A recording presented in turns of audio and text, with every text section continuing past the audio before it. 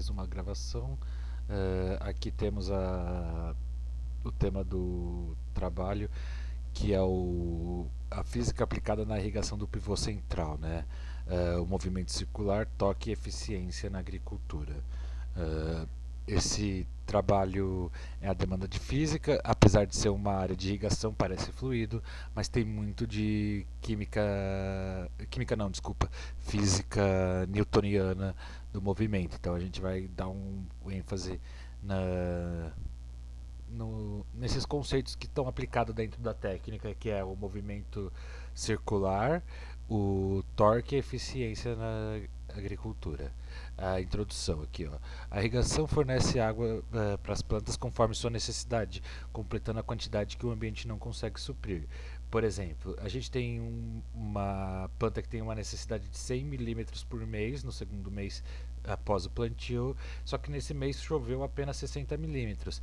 A irrigação vem para fornecer esses outros 40 milímetros faltantes, porque não, pela demanda de água, né, questões sustentáveis, a gente não pode também fornecer quantidades a mais, porque essa água vai percolar, vai ser desperdiçada, vai gerar escoamento superficial, você vai perder adubo, produtos que você aplicou na sua lavoura, e ao mesmo tempo você também vai perder essa água, né? E sem contar o solo também que vai ser levado junto com essa água.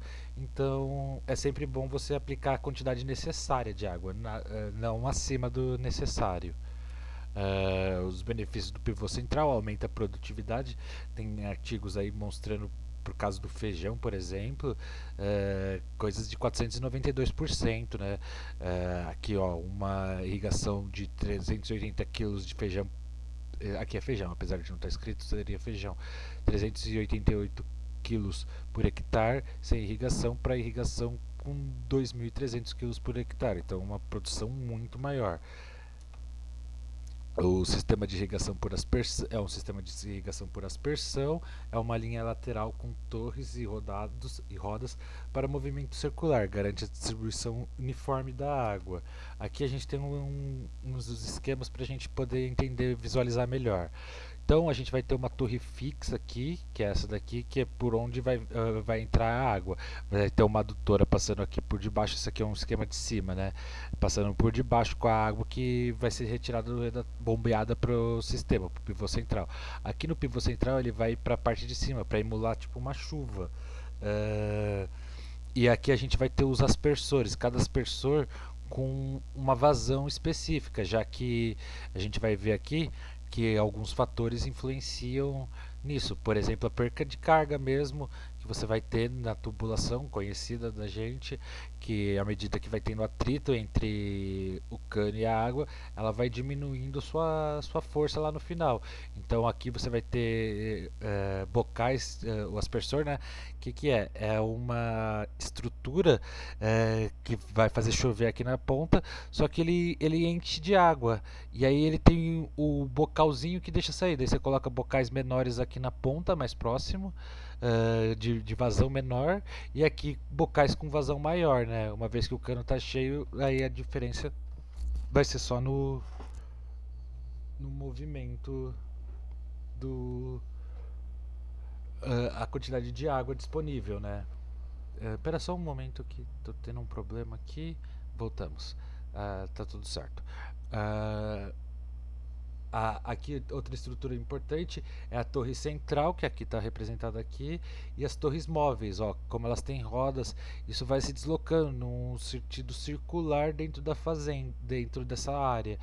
Uh, e aí, com esse movimento, você vai garantindo um molhamento de toda essa área em forma circular, né?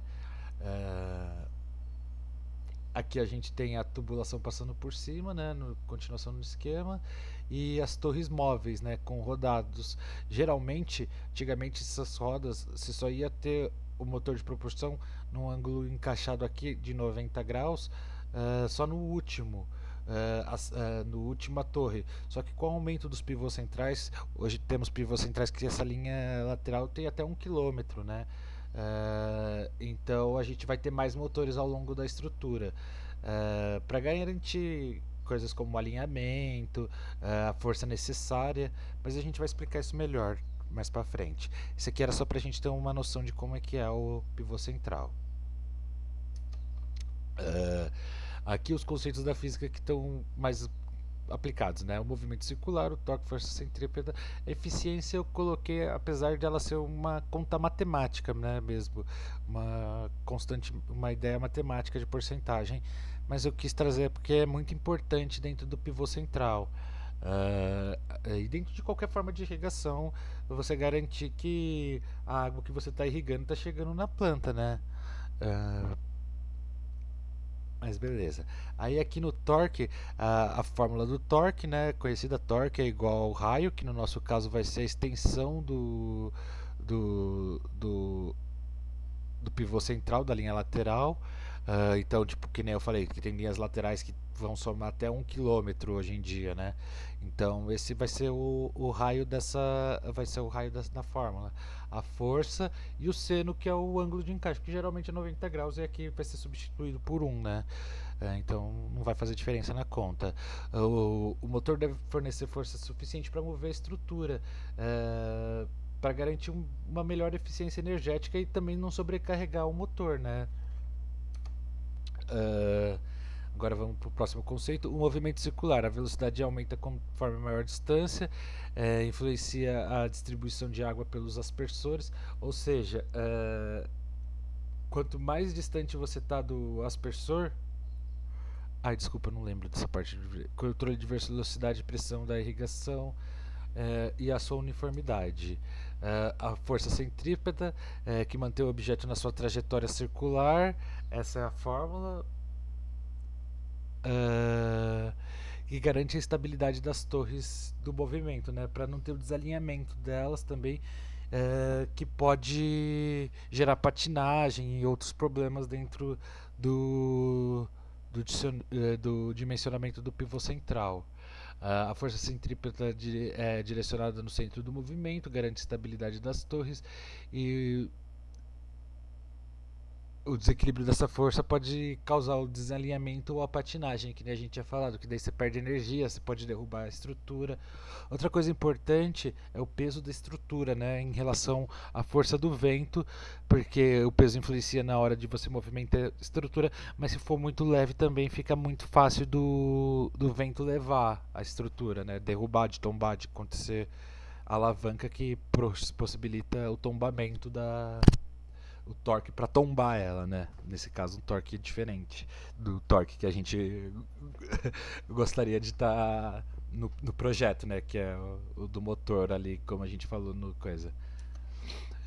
Aqui a gente tem a fórmula de Christensen para eficiência de molhamento. Quanto mais próximo de 100% esse cálculo, melhor. Aí você vai precisar de tubos para coletar a quantidade que está saindo pelos aspersores e dividir as médias dele, né? Média inicial com média final, o somatório deles, multiplicar por 100 para ver a eficiência do projeto.